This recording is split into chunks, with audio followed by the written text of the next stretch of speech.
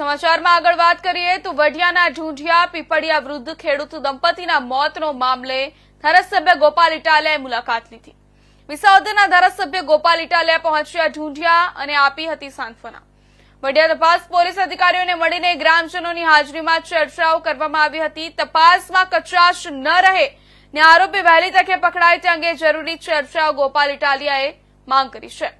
ગ્રામજનો સાથે ગોપાલ ઇટાલિયાએ ચર્ચાઓ વિચારણા કરી માહિતી મેળવી હતી। ત્યારે ઢૂંઢિયા પીપળિયા ગામે થયેલા ડબલ હત્યા એ સરકારી તંત્રની હત્યા છે, કાયદો વ્યવસ્થાની હત્યા હોવાનું ગોપાલ ઇટાલિયાએ જણાવ્યું હતું। વર્ષો પહેલા યુપી બિહારમાં થતું તે હવે ઘર આંગણે થાય છે, તે બહુ ગંભીર બાબત છે। ગ્રામજનો આક્રોશમાં છે, ભયમાં છે। એક ઘરે ઘટના ઘટી, કાલે બીજા ઘરે ઘટે તેનો ભય સાથે પોલીસને વિનંતી કરી છે કે આવા આરોપીઓ પકડાઈ જાય। તેની પાછળ કોઈ પોલીસ અધિકારીઓ નેતાઓ છે કે માથાભારે છે કેમ તેની તપાસ થાય તેવી માંગ ઉઠી છે।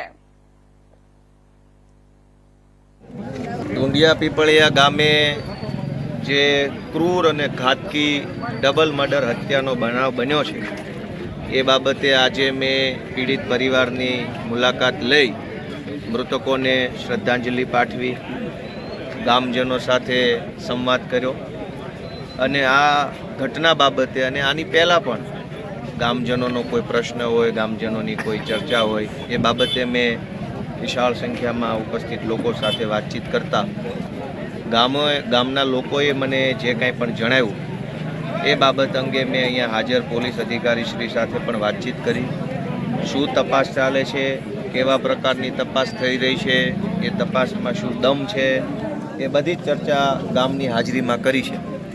પણ અત્યંત દુઃખનો વિષય એ છે કે ખૂન એક વૃદ્ધ પુરુષ અને એક વૃદ્ધ મહિલાનું ખૂન નથી થયું।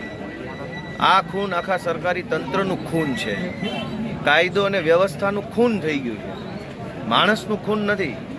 આટલી મોટી સરકાર, આટલું બધું પોલીસ તંત્ર, SP, DYSP, PI, PSI, ASI, D staff, LCB, SOG, આટલું બધી વ્યવસ્થા ઊભી કર્યા પછી પણ જો કોઈ માણસ ખૂન કરી નાખે એટલી મોટી હિંમત થઈ જતી હોય તો આખી વ્યવસ્થાની જ ખૂન થઈ ગયું કહેવાય।